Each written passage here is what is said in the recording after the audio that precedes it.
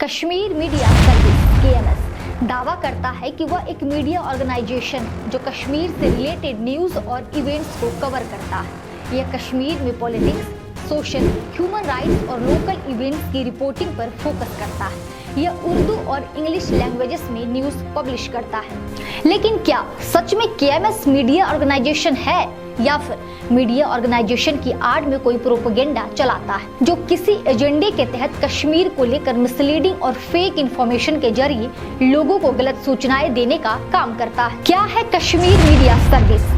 KMS Pakistan से operate एक online news portal है जो सक्रिय रूप से भारत की घटनाओं को मिसलीडिंग तरीके से और कश्मीर अलगाववाद समर्थक कंटेंट पोस्ट करता है। यह कश्मीर को लेकर अलगाववादी खेमे के मुखपत्र के रूप में मालूम पड़ता है। यह पाकिस्तानियों और अलगाववादियों के दृष्टिकोण को जोरदार ढंग से प्रस्तुत करता है। KMS के URL को डीफ्रैग की टीम ने गूगल पर जांच की तो पाया इसकी लोकेशन पाकिस्तान के पंजाब प्रांत के गुजरावाला शहर में है, जिसे आप स्क्रीन पर चल रहे स्क्रीनशॉट में देख सकते हैं। KMS का एडिटर कौन है? डीफ्रैग की टीम ने KMS के बारे में ब्रीफ इंफॉर्मेशन के लिए उसकी वेबसाइट पर दिए गए अबाउट को देखा, लेकिन यहाँ KMS के किसी भी सदस्यों के बारे में, चाहे वो एडिटर इन चीफ हो, एडिटर या बाकी अदर टीम मेंबर्स की कोई जानकारी नहीं दी गई है। जिसके बाद टीम ने इस वेबसाइट पर कुछ रिपोर्ट्स देखी। टीम को वेबसाइट पर 3 मई 2022 को पब्लिश एक रिपोर्ट मिली। इस रिपोर्ट में एडिटर के तौर पर रईस अहमद मीर नाम के व्यक्ति का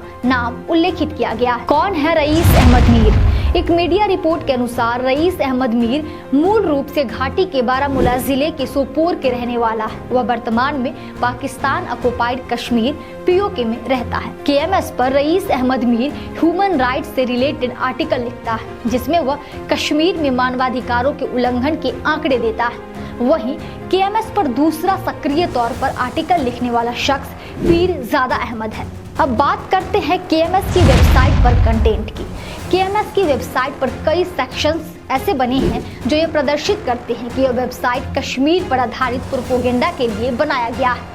वेबसाइट पर बनाए गए सेक्शंस में IIOJK in focus, voice of IIOJK, AJK Kashmir, diaspora और इंडिया शामिल है। इन सेक्शंस में गौर करने वाली बात है कि इस वेबसाइट पर आज़ाद कश्मीर, इंडियन ऑक्युपाइड कश्मीर जैसे शब्द इस्तेमाल किए गए, जो यह संदर्भित करते हैं कि यह वेबसाइट कश्मीर मुद्दे पर पाकिस्तानी प्रोपेगेंडा के लिए बनाई गई है। कश्मीरी अलगाववादियों की कवरेज।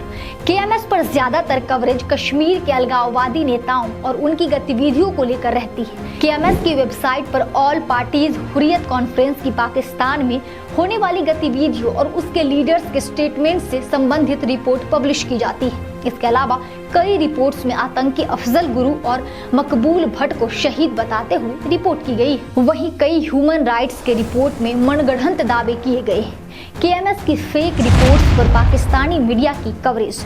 KMS खुद को कश्मीर आधारित मीडिया संस्थान होने का दावा करता है और कश्मीर पर मानवाधिकारों की रिपोर्ट्स प्रकाशित करता है, लेकिन गौर करने वाली बात है कि इसकी रिपोर्ट अपुष्ट सूत्रों के अनुसार पर है, बिना किसी ठोस प्रमाण और भ्रामक सूचनाओं वाली होती है। KMS की वेबसाइट पर कश्मीर में कथित मानवाधिकार के उल्लंघन, कश्मीरी आवाम के उत्पीड़न और प्रताड़ना पर कई रिपोर्ट्स प्रकाशित की गई है। इन रिपोर्ट्स को आधार बनाकर कई पाकिस्तानी मीडिया संस्थानों ने भी न्यूज प्रकाशित किया है, जिसमें डॉन, जियो न्यूज, आर्या न्यूज और दुनिया न्यूज सहित कई बड़े मीडिया संस्थान शामिल हैं। KMS की फेक रिपोर्ट्स पर पाकिस्तान मीडिया कवरेज की एक वानगी ऐसी देखी जा सकती है कि KMS ने एक रिपोर्ट में दावा किया कि कश्मीर में तैनात 10 लाख से अधिक भारतीय सैनिक कश्मीरियों की आवाज को दबाने में लगे हुए हैं। इस खबर को पाकिस्तान ऑब्जर्वर, द नेशन और रेडियो सदा-ए-हुर्रियत सहित कई पाकिस्तान की मीडिया संस्थानों ने कवरेज किया है। जबकि अगर इस खबर की सत्यता की पड़ताल करें तो द वायर और नवभारत टाइम्स सहित कई मीडिया रिपोर्ट्स में बताया गया है कि कश्मीर में 1,30,000 तक भारतीय सैनिक तैनात हैं, जिसमें से 80,000 सैनिक सीमा पर तैनात हैं। वहीं राष्ट्रीय राइफल्स के लगभग 40,000 से 45,000 जवान कश्मीर के भीतरी इलाकों में आतंकवाद रोधी अभियान की जिम्मेदारी संभाले हुए। तो क्या KMS की कथित मानवाधिकारों संबंधित रिपोर्ट्स में कोई सच्चाई है?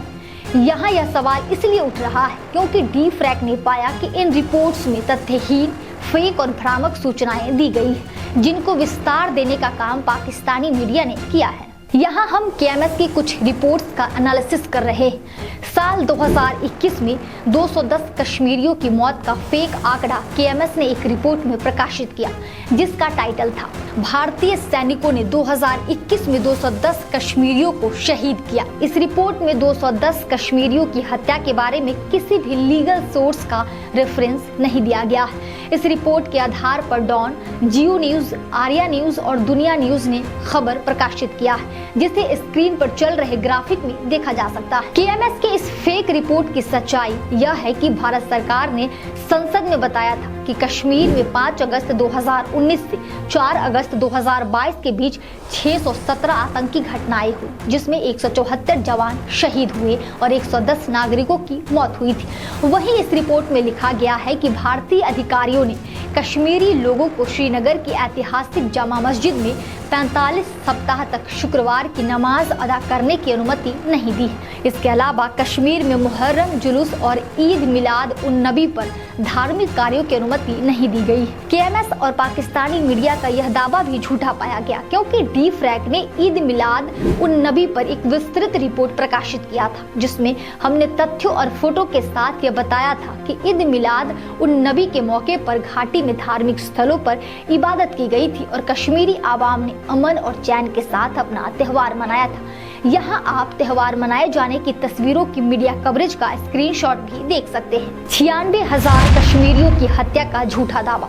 केएमएस ने साल 2020 में एक रिपोर्ट प्रकाशित किया था। इस रिपोर्ट में भारतीय सेना द्वारा जनवरी 1989 से 2020 तक 3 दशकों में 95,728 कश्मीरियों की हत्या किए जाने का आरोप लगाया गया था। रिपोर्ट में कहा गया कि भारतीय सैनिकों ने 11,231 महिलाओं के साथ छेड़छाड़ की या उनका अपमान किया। इस रिपोर्ट को पाकिस्तान के जियो न्यूज, डेली टाइम्स और द न्यूज ने प्रकाशित किया था। केएमएस की इस भ्रामक रिपोर्ट की सत्यता यह है कि भारतीय गृह और सहकारिता मंत्री अमित शाह ने संसद में बताया था कि कश्मीर में अब तक कुल 45,000 लोगों की मौत हुई है, जिसमें सभी समुदाय के लोग शामिल हैं। शाह ने कहा कि जम्मू और कश्मीर में 45,000 लोगों की मृत्यु की जिम्मेदार धारा 370 थी, जिसे प्रधानमंत्री मोदी ने उखाड़ फेंक दिया।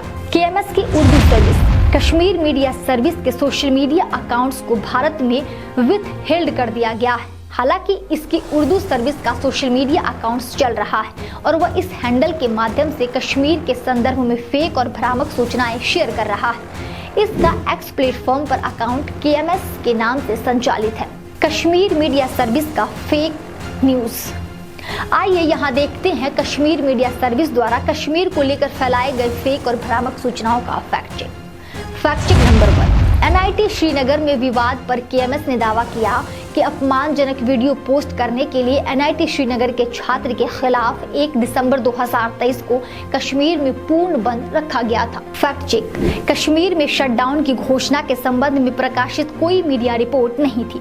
इसके अलावा जम्मू और कश्मीर डिजिटल समाचार प्लेटफॉर्म द कश्मीर कनेक्ट द्वारा पोस्ट किए गए एक वीडियो में देखा जा सकता है कि कोई शटडाउन नहीं किया गया था। Fake news number 2। केएमएस ने दावा किया कि रियासी जिले में भारतीय सेना ने 3 निर्दोष कश्मीरी युवकों को गिरफ्तार किया है। Fact check.